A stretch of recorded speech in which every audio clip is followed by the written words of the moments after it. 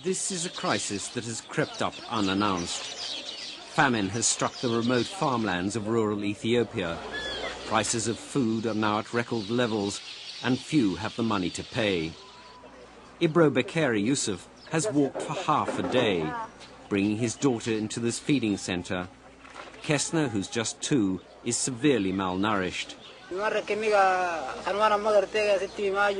Ibro says his 7 children and his family were doing well until they were hit, first by rising prices, then by the failure of the rains. Aid workers mix the highly nutritional feed that's now needed to save lives. The quality service usually given at this center. She will stay 5 to 10 days to reduce all her edema. Once her edema subsides, she can be discharged at home with RUTF4 ready-to-use therapeutic foods.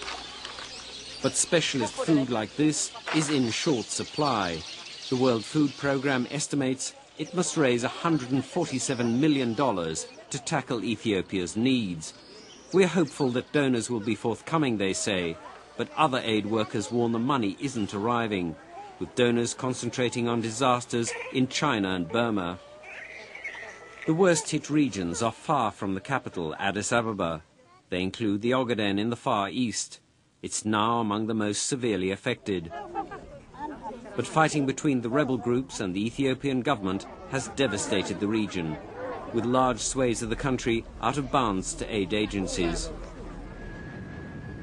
Ethiopia has been hit by devastating droughts down the decades. In 1984, the rains failed again. This and government neglect saw hundreds of thousands starve slowly, painfully to death. The horror of those days is not being repeated now.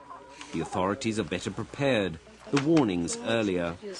But in one way, the situation is far worse. Since then, the population has almost doubled. And every year, there are another 2 million mouths to feed. Ethiopia's exhausted soils and primitive agriculture simply cannot provide the food its people require.